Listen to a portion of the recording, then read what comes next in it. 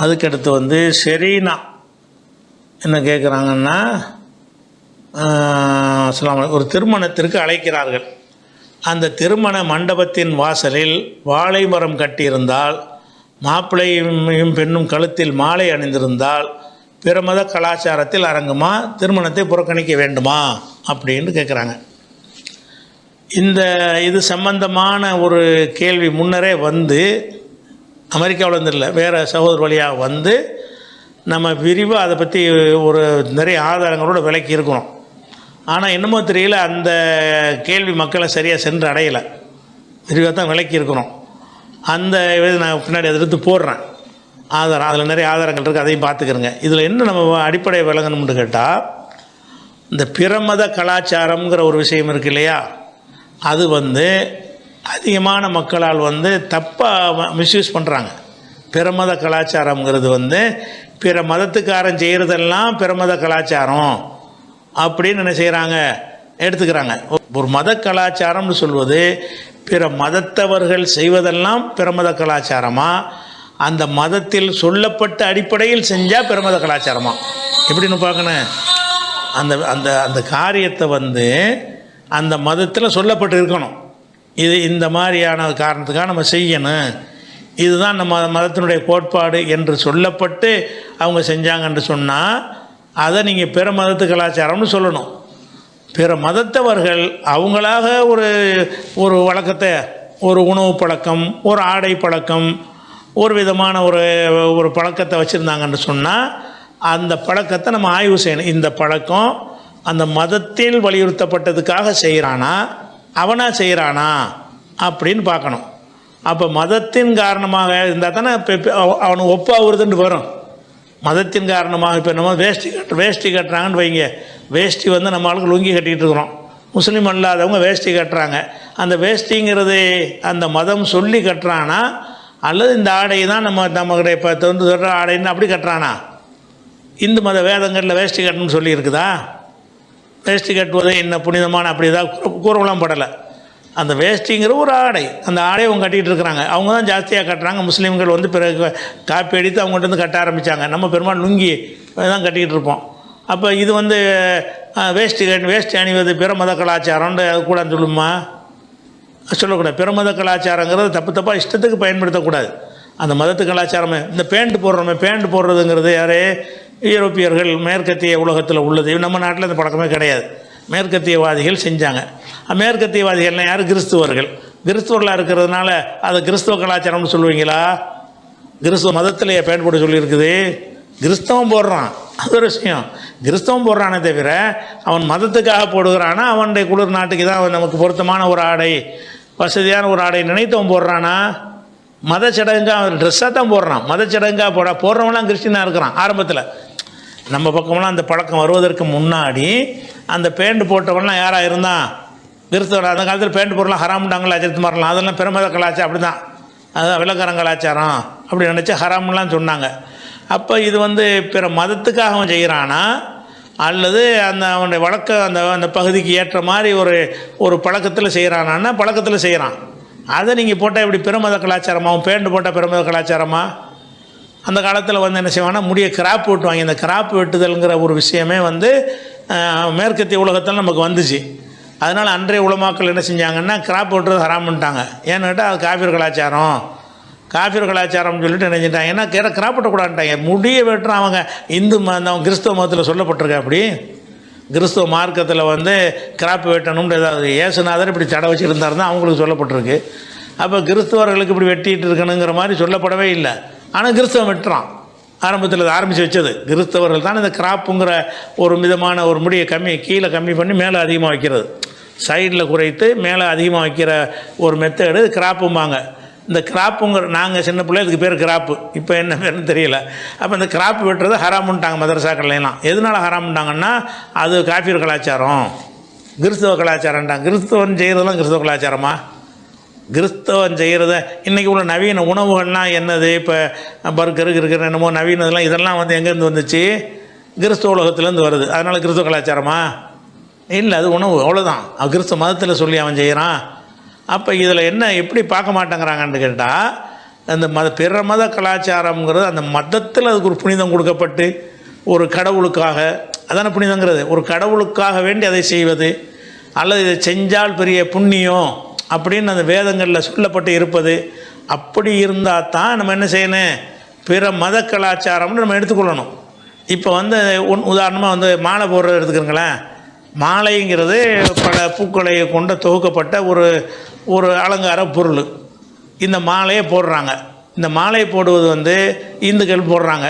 அதனால இந்து கலாச்சாரம் பெருமத கலாச்சாரம் என்று அதிகமான பேர் அதை புரிஞ்சிக்கிறாங்க. ஆனால் இந்து மதத்தினுடைய எந்த ஒரு சடங்குகளையும் எந்த ஒரு வேதத்திலையும் அந்த மாலை போடுவதை பற்றி சொல்லப்படவே இல்லை. அது போடுறாங்க. மாடை பிறக்கும் மாப்பிள்ளையாருக்கும் தனியாக அடையாளமாக தெரியட்டுமே, மாப்பிள்ளை பொண்ணுங்கும் போது மாப்பிள்ளை பொண்ணுன்னு காட்டுவதற்காக வேண்டி கொஞ்சம் வித்தியாசமாக அலங்கரிக்க தானே செய்கிறாங்க.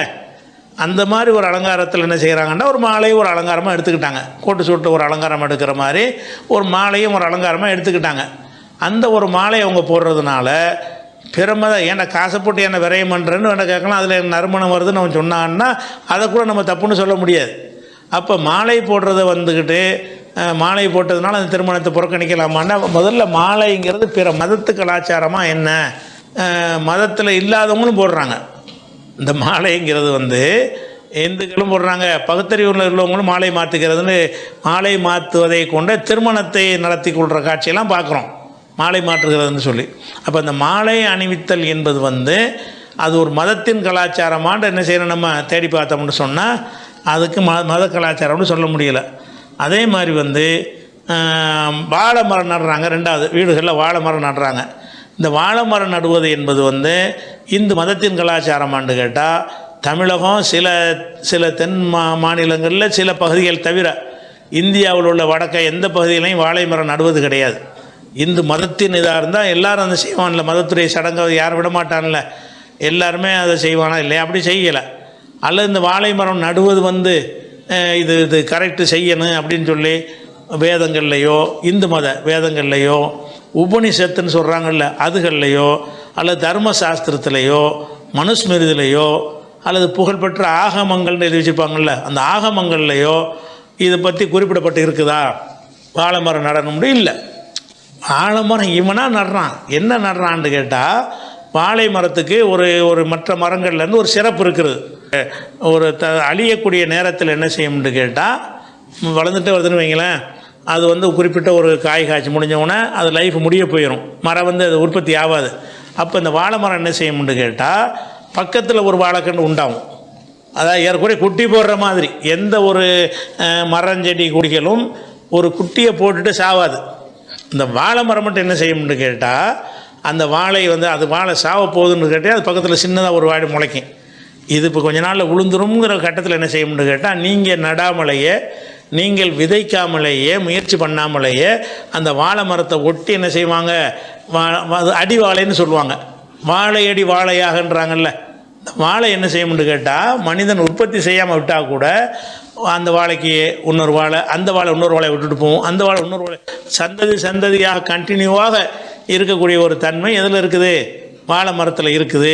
அப்படிங்கிறதுனால அப்படின்னு ஒரு தத்துவத்தை சொல்லி நம்ம கல்யாணம் பண்ணுற தம்பதிகள் என்ன செய்யட்டும், புள்ள குட்டிகளோடு வாழட்டும், அதுக்கு அதுக்கு அடையாளமாக நம்ம என்ன செய்கிறோம், இதை வைக்கிறோன்னு தான் வாழை மரத்தை வைக்கிறாங்க. வாழை மரத்தில் உள்ள ஒரு தன்மையை பார்க்குறாங்க.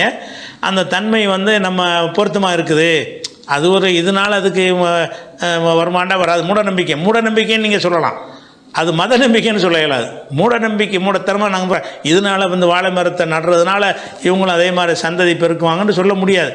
இவன் என்ன நினைக்கிறான்னா அதை ஒரு அடையாளத்துக்கு நடும் பொழுது வாழை மரங்கிற அது ஒரு தனி சிறப்பு இருக்கிறது.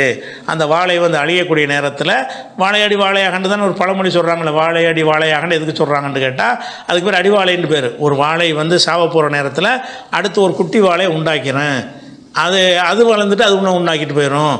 நீங்கள் தனியாக வாழை மரத்தை நட்டு வைக்க வேண்டியது இல்லை, தண்ணி மட்டும் பாய்ச்சி முறையாக அந்த நிலத்தை பராமரிச்சுட்டு வந்தாலே அப்படி வந்துரும்ன்ற ஒரு நம்பிக்கை மக்கள்கிட்ட இருக்குது.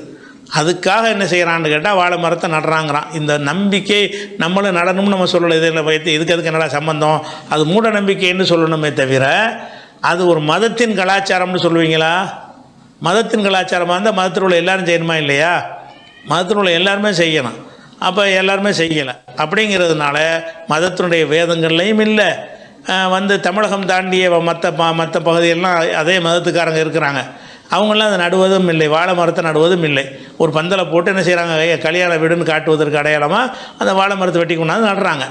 ஏன்பா நடுறேன்னு கேட்டால் அது வாழையடி வாழையாக இருக்கிறக்கா அப்படின்னு சொல்லுவாங்களே தவிர எப்படி சொல்ல மாட்டாங்க, இது சிவபெருமான் இப்படி சொன்னார் அல்லது முருகர் இப்படி பண்ணார் அப்படின்னு ஏதாவது ஒரு தெய்வங்களை சம்மந்தப்படுத்தியோ அல்லது இது ஒரு இந்த மாதிரி புண்ணியம்னு சொல்லப்பட்டிருக்கு, இத்தனாவது வாகமத்தில் இது சடங்குகள் இது முக்கியம், திருமணம் நடத்துவதற்குரிய சடங்குகளில் வாழை மரம் நடுதல் ஒரு முக்கியமான சடங்கு அப்படி ஏதோ சொல்லப்பட்டிருக்கான்னு கேட்டால் ஒன்றுலையுமே இல்லை. நீங்கள் எந்த இதில் தேடி பார்த்தாலும் வேதங்களில் பார்த்தாலும் 4 வேதம்ங்கிறாங்கல்ல, அதில் வாழை மரத்தை பற்றி சொல்லப்படல. உபநிஷம்னு சொல்கிறாங்க, அதுலேயும் கிடையாது. தர்மசாஸ்திரம் மனுஸ்மிருதியில் கிடையாது, ஆகமங்களில் கிடையாது, எதுலேயுமே வாழை மரம் நடுங்கள்னு சொல்லப்படவே இல்லை. அப்போ வாழை மரம் நடுவது வந்து இவனுடைய ஒரு மூட நம்பிக்கைக்காக சில காரியங்களை செய்வாங்க. அந்த மூட நம்பிக்கை நம்ம ஏற்றுக்கிற வேண்டியதில்லை.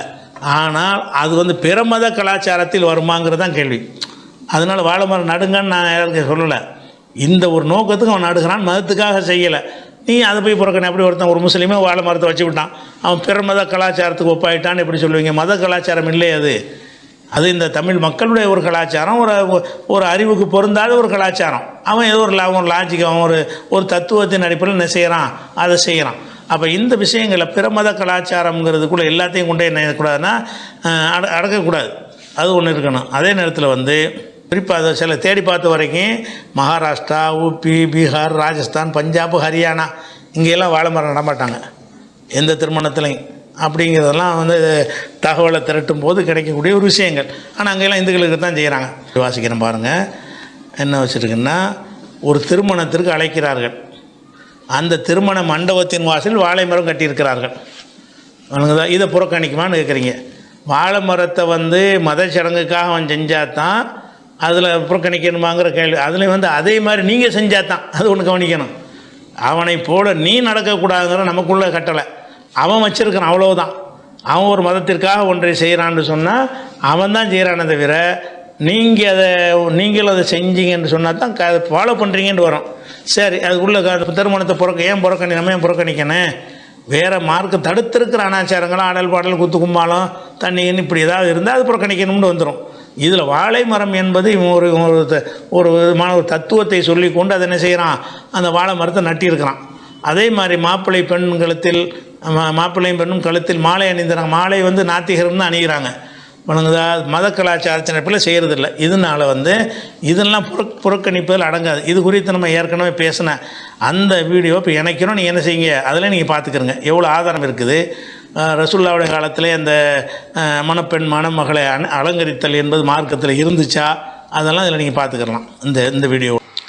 மேலப்பாளையத்தை சேர்ந்த யாசிர் என்ற சகோதரர் கேட்குறாரு. என்ன கேட்குறாருன்னா, முஸ்லீம்கள் முதல் இரவில் நிறைய பூக்கள் வைத்து அலங்காரம் செய்கிறார்கள். மாலை அணிவது மார்க்கத்தில் இல்லை என்றால் முதல் இரவில் பூ வைத்து அலங்காரம் செய்வது மார்க்கத்தில் உண்டா? இது வீண் விரயத்தில் சேருமா அல்லது பிற மத கலாச்சாரமாகுமா அப்படின்ற ஒரு கேள்வியை கேட்குறாங்க. அதாவது கல்யாணம் பண்ணி கணவன் மனைவியை சேர்த்து வைக்கக்கூடிய முதல் இரவில் அந்த தம்பதியரை வந்து அலங்காரம் பண்ணி, அவங்க ரூம் அலங்காரம் பண்ணி, வீட்டை அலங்காரம் பண்ணி, பூக்கள்லாம் வச்சு ஜோடனைலாம் செய்கிறாங்க. இது வந்து வீண் விரயத்தில் சேருமா அல்லது பிற மத கலாச்சாரத்தில் சேருமா? இதுதான் கேள்வி. பிற மத கலாச்சாரத்தில் இது வந்து சேராது. மத கலாச்சாரம் என்றால் அந்த மதத்தினுடைய நம்பிக்கை அடிப்படையில் அதை செஞ்சால் தான் மத கலாச்சாரம். இதில் எந்த ஒரு மத நம்பிக்கையும் கிடையாது. பூ என்பது ஒரு அலங்காரத்துக்குரியது. அப்போ ஒரு மத சடங்கு என்கிற அடிப்படையில் அதை செய்யலை. ஏன்னா எல்லோரும் செய்கிறாங்க, எந்த மதத்துக்கும் அப்பாற்பட்டு. இப்போ மதமே இல்லைன்னு சொல்கிற நாத்திகர்கள் கூட அவங்களுடைய இந்த திருமணங்களில் இந்த மாதிரி அலங்காரங்கள் இதெல்லாம் ஜோடனைலாம் செய்யத்தான் செய்கிறாங்க. அது மதத்தில் ஒரு சடங்காக சொல்லப்பட்டு அந்த மதத்தினர் மாத்திரம் கடைப்பிடித்து மற்றவங்க கடைப்பிடிக்காமல் இருந்தால் தான் அதை வந்து மத கலாச்சாரம் என்று சொல்ல முடியும். அப்போ இந்த பூக்களை வைத்து அலங்காரம் பண்ணி கொள்வது, வேறு அலங்காரம் செய்து கொள்வது எல்லாமே மனிதனாக பிறந்த அத்தனை பேருமே என்ன செய்கிறாங்கன்னா, இதை முஸ்லீமை கழிச்சிருங்க, முஸ்லீமை விட்டு நம்ம இனிமேல் தான் முடிவெடுக்க போகிறோன்னு வைங்க. பொதுவாக அனைத்து சமுதாயத்தை எடுத்துக்கொண்டாலும் கணவன் மனைவி சந்தோஷமாக இருக்கக்கூடிய நாளில் நறுமணமாக இருக்கணும், பார்க்க ஒரு அழகாக இருக்கணும் என்ற ஒரு நோக்கத்திற்காகத்தான் இந்த அலங்காரம் என்பது மணப்பெண்ணுக்கும் செய்வாங்க. அவங்க கொண்டாடக்கூடிய அந்த அறைகளுக்கும் அலங்காரம் செய்வாங்க. அவங்க வீடுகளை கூட அலங்காரப்படுத்தி வைப்பாங்க. இவை எல்லாமே மத கலாச்சாரம்னு எதை எடுத்தாலும் மத கலாச்சாரம்னு சொல்லிடக்கூடாது. அது மத கலாச்சாரமாக இருந்தால் தான் மத கலாச்சாரமாகும். இது மதத்துக்கு அப்பாற்பட்டு இது எல்லா மனிதர்களும் செய்யக்கூடிய ஒரு கலாச்சாரமாக ஒரு பழக்கமாக இருக்கிறது. அடுத்தது என்னன்னு கேட்டால், இது வீண் விரயத்தில் சேருமான்னு கேட்குறாங்க. பொதுவாக வீண் விரயம் என்றால் நம்ம இப்போ சாப்பிடுகிறோம், சாப்பாட்டை வீணாக்கி தூக்கி தெருவில் கொண்டு போய் கொட்டுறோம்ல, எவ்வளவு தேவை அவ்வளவுக்கு செய்யாமல் அதை விட அதிகமாக செய்து தூக்கி குப்பையில் கொட்டினா அதுக்கு பேர் வீண் விரயம், பொருளை நாசமாக்குவது. அதே நேரத்தில் அலங்காரமாக இருப்பது வீண் விரயத்தில் வருமா? அலங்காரம் செய்து கொள்வது பிரைட்டாக இருக்கணும், நல்லா பார்க்க நல்லா இருக்கணும், அதை பார்க்க நல்லா இருக்கணும், கண்ணுக்கு குளிர்ச்சியாக இருக்கணும் என்பதற்காக செய்கிற காரியம் அது வீண் விரயத்தில் வருமா என்றால் அதை நம்ம ஆதாரங்களை தேடி பார்க்கும் பொழுது அது வீண் விரயத்தில் வராது என்று தெரிகிறது. இன்னும் சொல்லப்போனால் இதையெல்லாம் வீண் விரயம் என்று பிரச்சாரம் செய்யக்கூடியவர்களே அவங்க நடத்தக்கூடிய நிகழ்ச்சிகள், மாநாடுகள், பொதுக்கூட்டங்கள்ல எல்லாம் ஒரு ஒரு ஆயிரக்கணக்கான லைட்டுகளை போடுறாங்க. 1000 லைட் அந்த தேவையா அப்படின்னு ஒருத்தன் கேட்கலாம்ல. ஒரு 10 லைட்டை போட வேண்டியது தானே, அதுக்காக இம்புட் லைட்டை போடுறீங்க, இம்புட் சீடி லைட்டு போடுறீங்க, தோரணங்கள்லாம் வைக்கிறீங்கன்னு சொல்லி யார் இதெல்லாம் அலங்காரம் வீண் விரயம் என்று பிரச்சாரம் செய்கிறார்களோ அவர்களே இதில் உண்மையாளர்களாக இல்லை. அவங்களுடைய மாநாடுகள், பொதுக்கூட்டங்கள் என்ன செய்கிறாங்க, நிறைய பார்த்தா நல்லா இருக்கணும், ஒரு பகட்டாக இருக்க வேண்டும், ஒரு கவர்ச்சியாக இருக்க வேண்டும் என்பதற்கு அவங்க செய்து கொண்டே என்ன செய்கிறாங்கன்னு கேட்டால், கல்யாணத்தில் இதை செய்கிறது வீண் விரயம் அப்படின்னு சொல்கிறாங்கன்னா அவங்க பொய் சொல்கிறாங்க. அவங்க நம்பாத ஒரு விஷயத்தை நம்ம திணிக்கிறாங்க. அவங்களே வேறு காரியத்துக்காக இதெல்லாம் செய்கிறார்கள். கல்யாணத்துக்கு தான் செய்கிறது இல்லையே தவிர வேறு காரியங்களுக்கு செய்கிறார்கள். அப்படின்னா என்னது வீண் விரயம் என்று அவங்களே கருதலை. அப்போ இந்த அலங்காரம் செய்வதை பொறுத்த வரைக்கும் மார்க்கத்தின் நிலைப்பாடு என்ன? ரொம்ப ட்ரையாக ரொம்ப ஹார்டாகவே இருக்கணும் என்று மார்க்கம் சொல்லுதா, கொஞ்சம் ஒரு அலங்காரங்களாம் பண்ணிட்டு ஒரு கவர்ச்சியாக இருக்கணும் என்று? அலங்காரம் என்றெல்லாம் கண்ணுக்கு குளிர்ச்சிங்கிறது தான் அடிப்படை. அலங்காரத்தினுடைய அடிப்படை என்ன? கண்ணுக்கு ஒரு லைட்டு போட்டு பார்த்தா அது ஒரு மாதிரியாக இருக்கும். ஒரு 10 லைட்டை போட்டு அந்த இடத்துல பார்த்தீங்கன்னா கொஞ்சம் பிரைட்டாக ஒரு கண்ணுக்கு குளுமையாக நல்லாயிருக்கும். இதுதான் அலங்காரம்ங்கிறோம். அந்த மாதிரியான ஒரு அலங்காரத்தை பொறுத்த வரைக்கும் இஸ்லாத்தின் நிலைப்பாடு என்னன்னு பார்த்தீங்கன்னா, அல்லாஹ் குர்ஆனில் சொல்லி காட்டுகிறான், யா பனி ஆதமுடைய மக்களே, ஹுது ஜீனத்தக்கும், உங்களுடைய அலங்காரங்களை நீங்கள் கை கொள்ளுங்கள், இந்த குள்ளி மஸ்ஜிதின், ஒவ்வொரு பள்ளி வாசல்லையும் நீங்கள் அலங்காரத்தை கடைப்பிடிங்கன்னு நல்லா சொல்கிறான். தொலை வரும்போது பங்கரையாக பரட்டையாக வராமல் நல்ல சீவி எண்ணெய் தேய்ச்சி கொண்டு இருக்கிற ஆடையில் நல்ல ஆடையை போட்டுக்கொண்டு நீங்கள் அலங்காரமாக வரணும். ஒவ்வொரு பள்ளி வாசல்களில் ஜீனத்துங்கிற வார்த்தையை தான் இந்த இடத்துல அல்லாஹ் சொல்கிற. ஜீனத்து அலங்காரம். ஹுது ஜீனத்தக்கும் இந்த குள்ளி மஸ்ஜிதின், ஒவ்வொரு மஸ்ஜித்லையும் பள்ளி வாசல்கள்லையும் நீங்கள் அலங்காரத்தை கை கொள்ளுங்கள், கடைப்பிடியுங்கள் அப்படின்னு சொல்லி அல்லாஹ் சொல்லுங்க. குழு வஷரபு, உண்ணுங்கள் பருகுங்கள், ஒலா துஸ்ரிஃபு, வீண் விரயம் பண்ணாதீங்க, வீண் விரயம் பண்ணாதீர்கள்னு சொல்கிற அந்த வசனத்தில் தான் அலங்காரம் பண்ணுங்கன்னு சொல்கிறான். அப்போ அலங்காரம் வீண் விரயத்தில் வராது. 3 விஷயத்தில் வருது. அலங்காரம் செய்யுங்க, உண்ணுங்க, பருகுங்க, வீண் விரயம் செய்யாதீர்கள், 4 கட்டளை. அப்போ 4 கட்டளையில் வீண் விரயம் செய்யாதீர்கள்னு சொல்லக்கூடிய அந்த வசனத்தில் தான் உண்ணுங்கள் என்று சொல்லப்படுகிறது. உண்பதற்கு எவ்வளோ செலவு செஞ்சாலும் அது வீண் விரயம் கிடையாது. பொருளை வீணாக்காத வகையில் என்ன மாதிரி உயர்தரமாக சாப்பிட்டாலும் அது வீண் விரயம் கிடையாது. பருகுவதற்கு எவ்வளோ சுவையான பானங்களை குடித்தாலும் அந்த வீண் விரயத்தில் வராது. அதே மாதிரி அலங்காரம் கடைப்பிடிப்பதற்கு செலவழித்தாலும் அது வீண் விரயம் அல்ல. அலங்காரம் என்பது நம்ம கண்ணுக்கு குளிர்ச்சியாக இருப்பதுங்கிறது அதில் கிடைக்க ஒரு நன்மை தான். அது வீணாக செலவழிக்கிறதுன்னு நம்ம செய்யக்கூடாது. அது என்ன சாப்பிட்டோமா, அது குடித்தோமா, அதில் என்ன இருக்குன்னு கேட்கக்கூடாது. கண்ணுக்கு கவர்ச்சியாக இருக்கிறதே ஒரு நன்மை தான். அது மனிதன் அடையக்கூடிய ஒரு நன்மை தான். அதனால் அலங்காரத்தை எடுத்துக்கொள்ளுங்கள் என்று 7வது சூறாவில் 31வது வசனத்தில் அல்லாஹ் சொல்லுகிறான். 32வது வசனத்தில் எல்லாம் என்ன செய்கிறான்னு கேட்டால், இந்த அலங்காரம்லாம் கிடையாதுன்னு கொஞ்சம் முரட்டுத்தனமாக பேசுகிறாங்கல்ல, அவங்கள கண்டிக்கிறான். குல் நபியை நீங்கள் சொல்லுங்கள், மன் ஹர்ரம ஜீனத் அல்லாஹி, அல்லாஹுடைய அந்த ஜீனத்தை, அல்லாஹ் வழங்கியிருக்கிற அலங்காரத்தை ஹராமாக்குறான் எவன்? யார் ஹராமாக்குறா?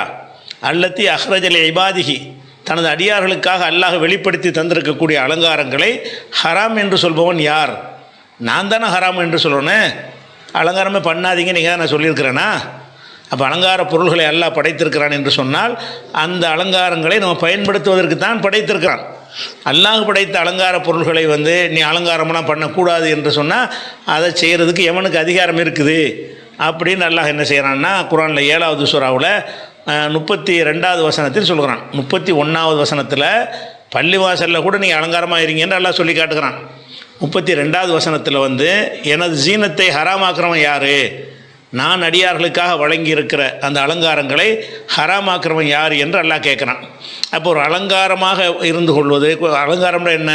சீரியல் லைட் போடுவது, அதிக வெளிச்சங்களை போடுவது, கலர் கலராக தொங்க விடுவது, இதுகளெல்லாம் ஒரு அலங்காரம்.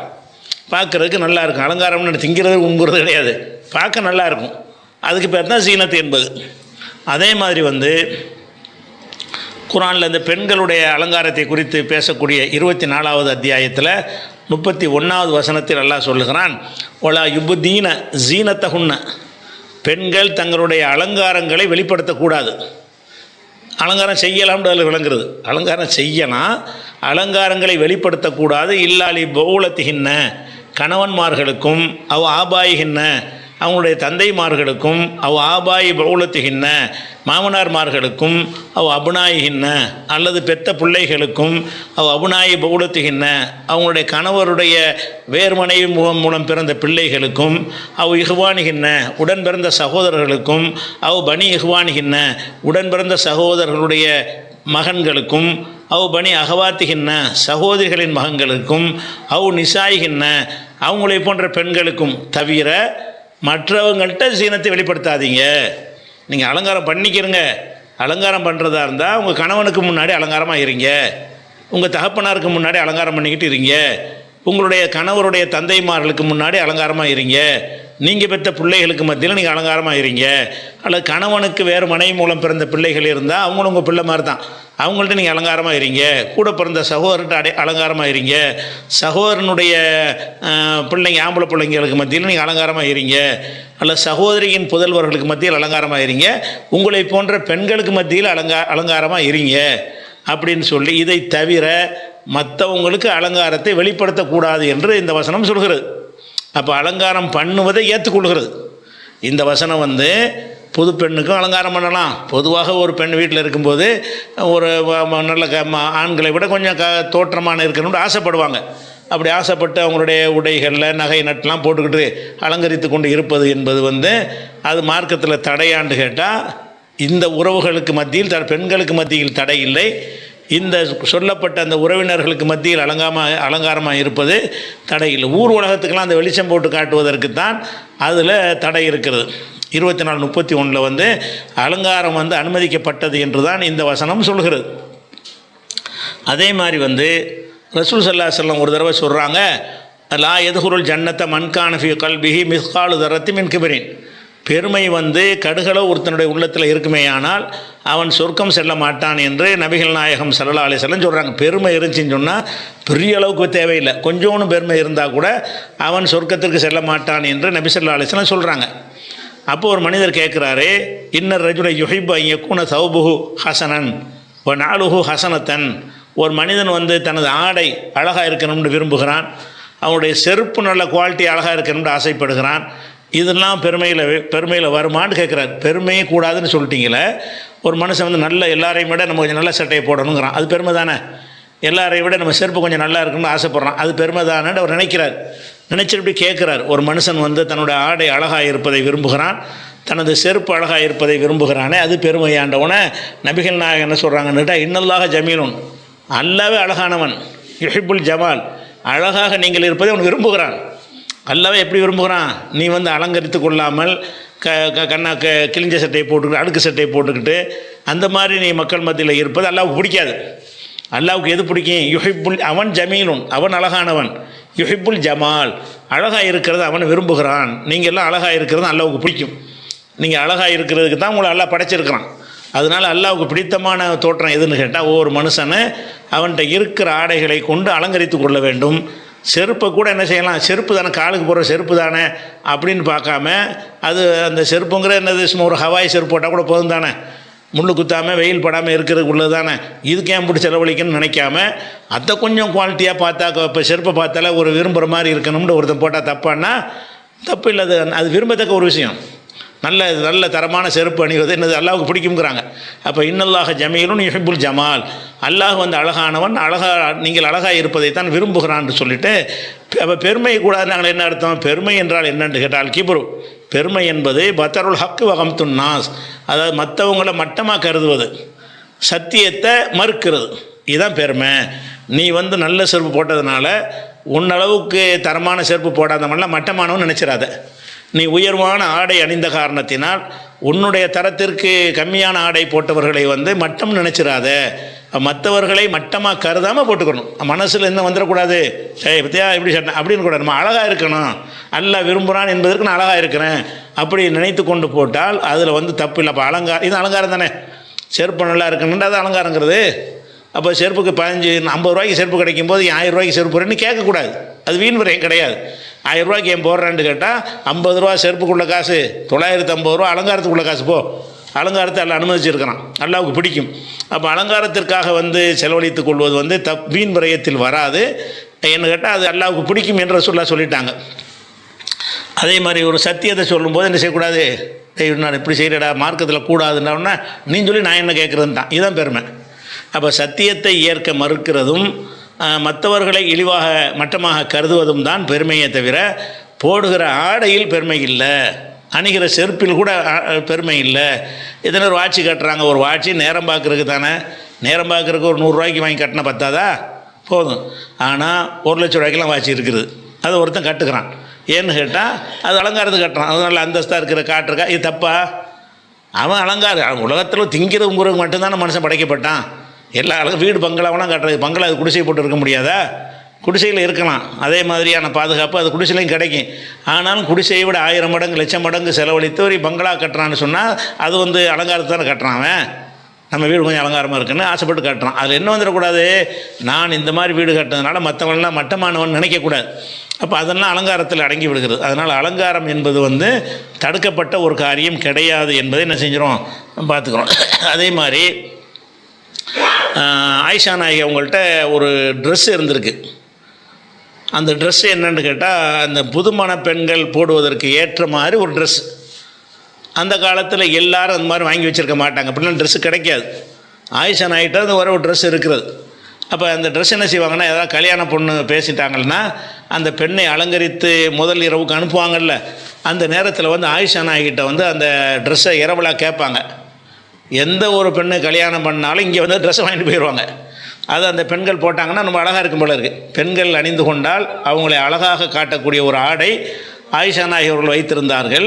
அது யாரெல்லாம் திருமணத்திற்காக மணப்பெண்ணை அலங்கரிக்க விரும்புகிறார்களோ அவங்க எல்லாருமே ஆயிஷா நாயகிட்ட வந்து வாங்கிட்டு போவாங்க அப்படின்னு சொல்லி புகாரியில் 2628வது ஹதீஸில் இருக்குது. அப்போ பெண்களுக்கு என்னது இருக்கிற ஆடை போட்டுட்டு போய் அது என்னது ஓசியாக வாங்கி போடுறேன்னு கேட்டாங்களா?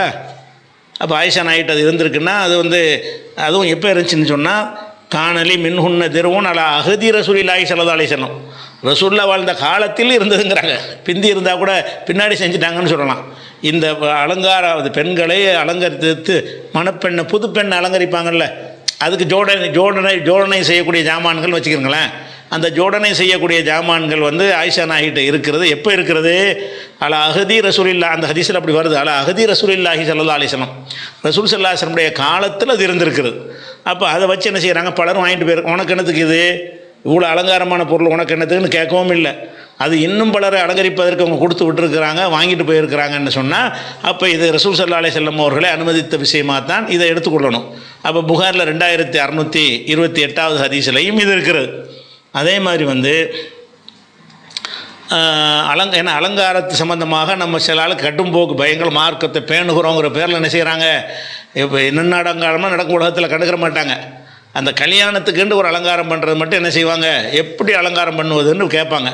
அப்போ ஒரு வீட்டை பங்களா கட்டுறதையும் இது போய் கேட்க வேண்டியதானே, எதுக்கு இப்படி பங்களா இவ்வளோ பெயிண்ட் இதுக்கு அடிக்கிறாய், இத்தனை விளக்கு, அந்த விளக்கு போட்ட செலவில் ஒரு வீடு கட்டி போடலாமேலாம் கேட்கலாமா? அவன்கிட்ட இருக்கிறவன் போடுறான், சரியா? அதனால் அப்படி தான் எடுத்துக்கொள்ளணும். ஆனால் அதுக்காக அது சம்மந்தமாக அலங்காரம் சம்மந்தப்பட்ட ஒரு அனைத்து விஷயங்களையும் சொல்லணும் என்பதற்கு தான் கூடுதலாக விளக்கிட்டு இருக்கிறோம். அதில் ரசூல் ஸல்லல்லாஹு என்ன செய்கிறாங்கன்னா, நான் நபியாக வந்திருக்கிறேன் இல்லையா, நானும் நபியாக வந்திருக்கிறேன், எனக்கு முன்னாடியும் பல நபிமார்கள் வந்திருக்கிறாங்க. அந்த ரெண்டுக்கு நான் உதாரணம் சொல்லுகிறேன். ரசூலுல்லாஹ் உதாரணம் சொல்கிறாங்க. என்னையும் அல்லாஹ் நபியை அனுப்பியிருக்கிறான், எனக்கு முன்னாடி பல நபிமார்கள் வந்திருக்கிறாங்க, எங்கள் எல்லாரையும் உள்ளடக்கக்கூடிய ஒரு உதாரணத்தை நான் சொல்கிறேன் என்று சொல்லிவிட்டு, அந்த உதாரணம் என்னென்னு சொன்னால், மசலி ரஜுலின் பனா பைத்தன், ஒரு மனிதன் ஒரு வீட்டை கட்டுகிறான். ஒரு மனுஷன் ஒரு வீட்டை கட்டுகிறான். ஃபஹுசனஹு, அதை மிக அழகுற கட்டுகிறான், கட்டி முடிச்சுட்டு அழகுபடுத்துகிறான். அஜ்மலஹு, அதை மேலும் அழகுபடுத்துகிறான். அஹுசன் என்றாலும் அழகுபடுத்துறது தான், அஜ்மல் என்றாலும் அழகுபடுத்துறது தான். அப்போ மேலும் மேலும் அழகுபடுத்துகிறான். அழகுக்கு மேலே அழகு. அந்த வீட்டை கட்டி என்ன செய்கிறான், கட்டி செவரெல்லாம் போட்டுறோ நிப்பாட்டிடாமல் அந்த காலத்தில் அவனுக்கு என்ன மாதிரி அழகுபடுத்த முடியுமோ அதை கொண்டு அலங்காரங்களை செய்கிறான். அப்போ அழகுபடுத்தி அலங்காரம் செய்கிறான். செஞ்சவுடனே இல்லா மூலிய லபினத்தின், ஒரு மூலையில் ஒரு செங்கல் மட்டும் வைக்கப்படாமல் இருக்குது. அந்த வீட்டில் எல்லாம் கரெக்டாக இருக்குது, ஒரே ஒரு செங்கல் வைக்கிற இடம் காலியாக இருக்குது. அந்த செங்கலை வைக்க தவறிட்டான் ஒரு மனுஷன், சரி வைக்காமல் இருக்கிறான்.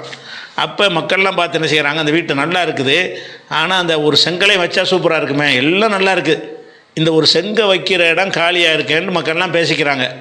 அந்த மாதிரி ஒரு வீடை கட்டிட்டான்னு வைங்க. இதை சொல்லிட்டு ரசூலுல்லாஹ் சொல்கிறாங்க, ஃபனல் லபினா, அந்த ஒரு செங்கல் நான் தான். அந்த ஒரு செங்கல் எது? எல்லா நபிமார்களும் ஒவ்வொரு செங்கல். அல்லாஹ் தான் வீட்டை கட்டினான். என்ன வீடை கட்டினான்? இஸ்லாம்ங்கிற ஒரு வீட்டை கட்டுகிறான். ஒவ்வொரு நபியையும் ஒரு செங்கலாக வைத்து கட்டுகிறான். ஒரே ஒரு செங்கல் பாக்கி இருக்கிறது, மற்ற எல்லாத்தையும் நல்லா அழகப்படுத்தி விட்டான்.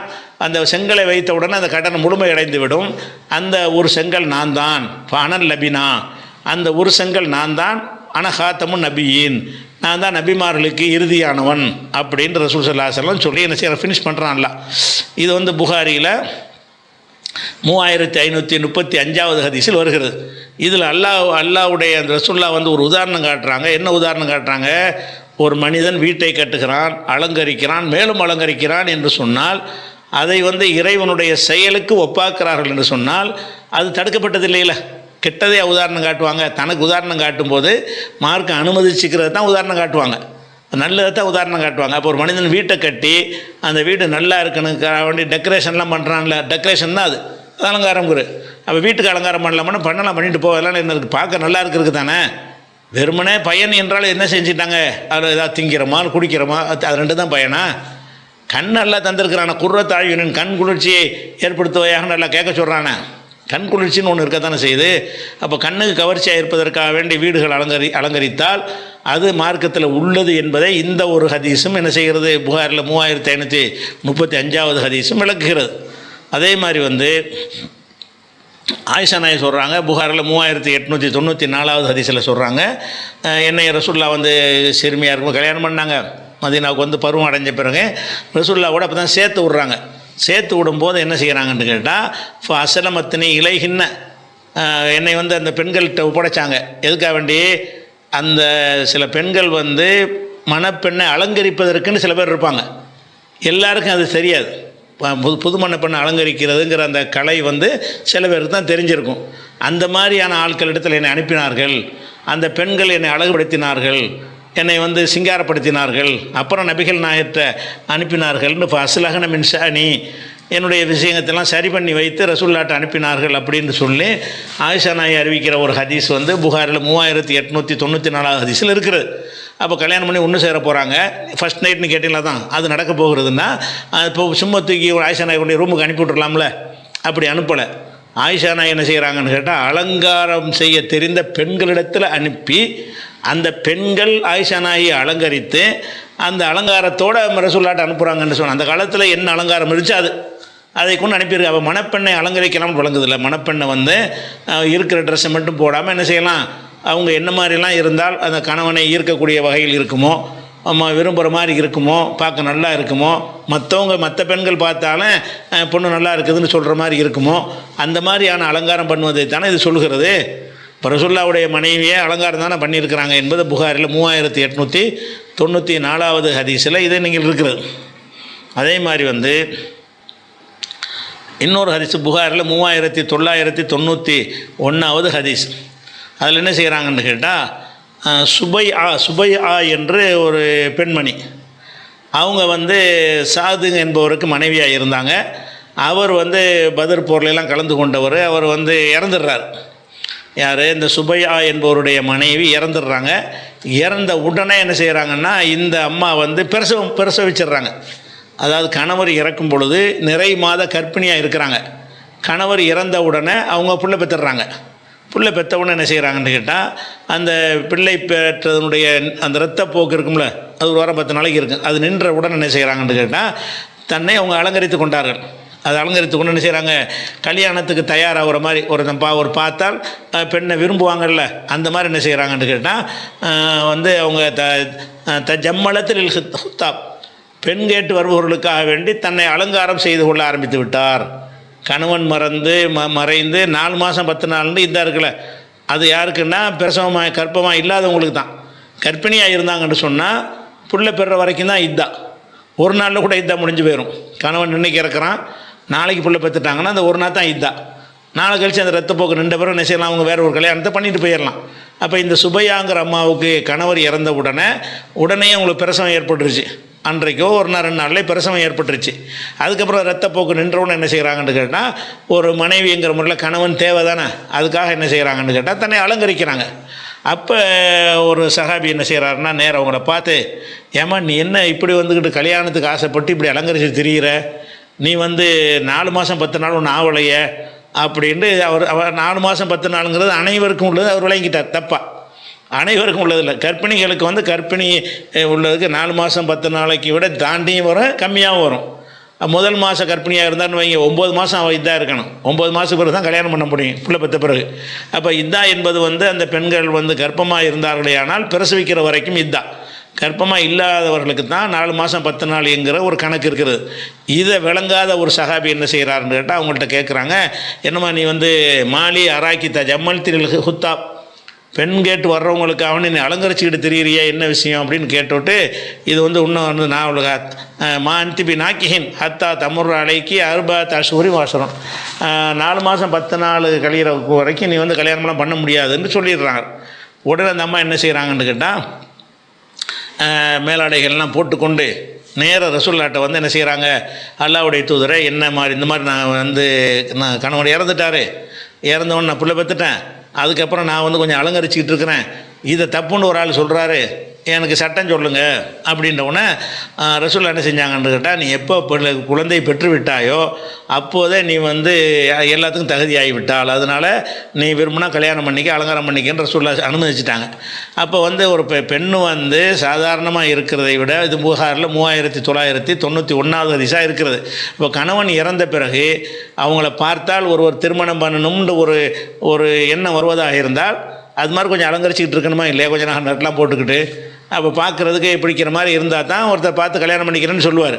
அந்த மாதிரியாக அவங்க இருந்தாங்க என்ற ஒரு விஷயத்தை இந்த ஹதீஸில் பார்க்குறோம்.